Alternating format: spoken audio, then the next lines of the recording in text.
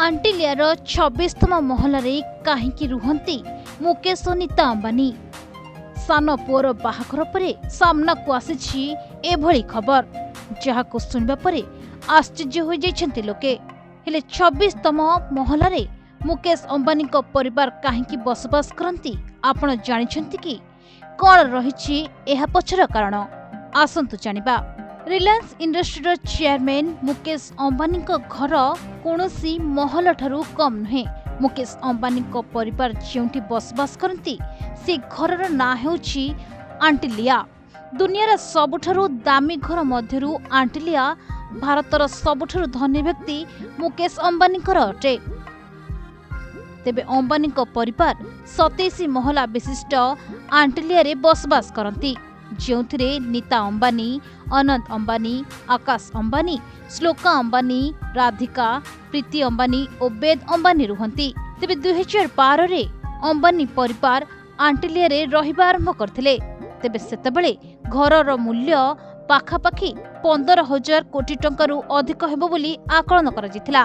तेबे आंटिलियार विशेषता, चमत्कार, सुरक्षा और अन्य कारणरू प्रायतः से चर्चार केन्द्रबिंदु होई रही आछि। कुहाଯାଏ जे आटलांटिक महासागर एक पौराणिक द्वीप नाम मुकेश अंबानी घरर नाम आंटिलिया रखिथिले।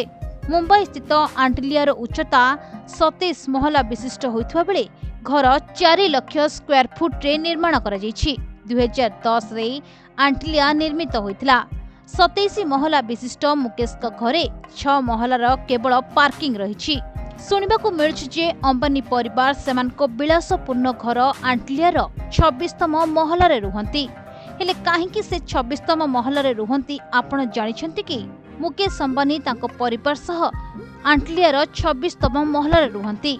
जहार कारण हेउछि सुनिबाकु मिलुछि जे नीता अंबानी उपर महलारे रहिबाकु निष्पत्ति नेथिले कारण से चाहुथिले जे प्रत्येक घरे सूर्यकिरण पड़ू और भल पवन घर भितरकु आसु। तेबे एही कारणरू 26तम महलारे रहिबाकु पसंद करती नीता अंबानी।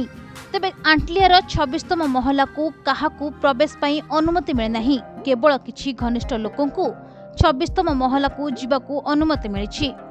ब्यूरो रिपोर्ट, प्रतिदिन टीवी।